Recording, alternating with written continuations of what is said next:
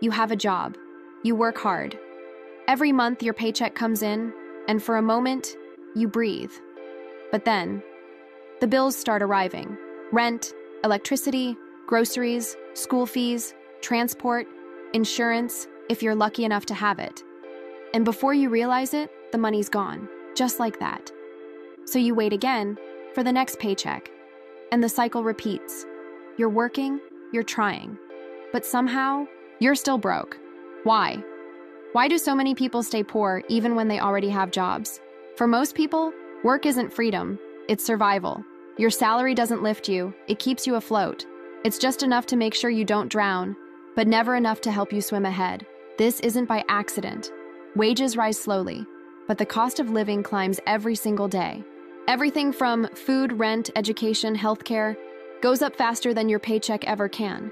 So even though you're earning, you're constantly catching up. You work harder, not to build wealth, but to stay where you are. Maybe you've noticed it. You get a small raise and somehow your expenses rise too. You move to a slightly better house. You buy better food. You fix the things you've been postponing. You finally treat yourself, just a little. And before long, that new income feels exactly like the old one did. Tight, stressful, barely enough. Economists call this lifestyle inflation. But for most people, it's not luxury, it's relief.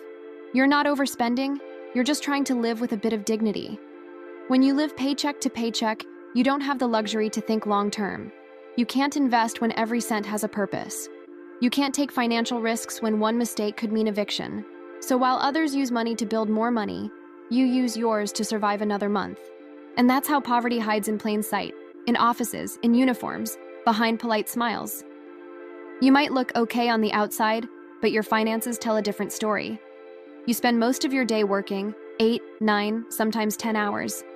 By the time you get home, you're exhausted. You don't have the time or energy to plan, budget, or learn new skills. And when time disappears, so do opportunities. You stay in the same job, doing the same tasks, earning the same amount, not because you lack ambition, but because the system keeps you too tired to climb. That's another silent trap of working poverty, being too busy to break free. Credit cards, mobile loans, salary advances. They all promise relief, a bridge to your next paycheck. But each time you borrow, that bridge gets weaker. Debt gives you temporary peace, but long-term chains. You start paying interest, then late fees, then penalties. And soon, part of your salary no longer belongs to you. It's already promised to someone else. That's when poverty turns invisible. You're employed, but your freedom is rented. Then comes a medical bill, a car repair, a funeral. One sudden expense, and months of effort disappear overnight. You start again from zero. You tell yourself you'll save more next time, but next time always meets another crisis. That's how the working poor live, not irresponsibly, but vulnerably. One small wave can sink the whole boat. When you earn little, you spend to live. When you earn more, you spend to grow. The difference isn't just money, it's access. Access to financial advice, to better banks, to investment tools, to time. The poor get punished for being poor, through higher interest rates, lower credit scores, and fewer chances to build wealth. The rich get rewarded for being rich. Their money multiplies quietly, while yours disappears loudly. That's not a lack of effort, that's imbalance. Most people were taught how to earn, not how to manage. You're told to get a job, but never how to make that job work for you. So you learn by doing, and sometimes by losing. Budgeting, saving, investing, these skills take time, knowledge, and sometimes mentorship. Things the working poor rarely have access to.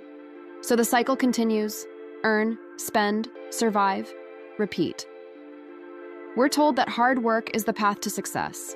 But hard work alone isn't enough, not in a system that rewards capital more than labor. Some of the hardest working people earn the least. They lift, clean, build, and care, but their paychecks barely reflect their effort. Meanwhile, those who already have wealth earn more simply by owning what others work for. That's the quiet cruelty of the modern economy. Effort doesn't always equal progress. Escaping this loop takes more than willpower. It takes awareness, planning, and sometimes luck. It means learning how money moves, finding small ways to save, even if it's just a few coins. learning skills that add value over time, and building community, because escaping poverty is harder alone. But more than anything, it takes recognizing that the problem isn't you. It's the system, the costs, and the invisible traps that make sure most people never quite get ahead. So when someone says, "You have a job, you should be fine," remember, a paycheck doesn't always mean stability. Sometimes it is just the price of staying alive in a world where even the working struggle to live.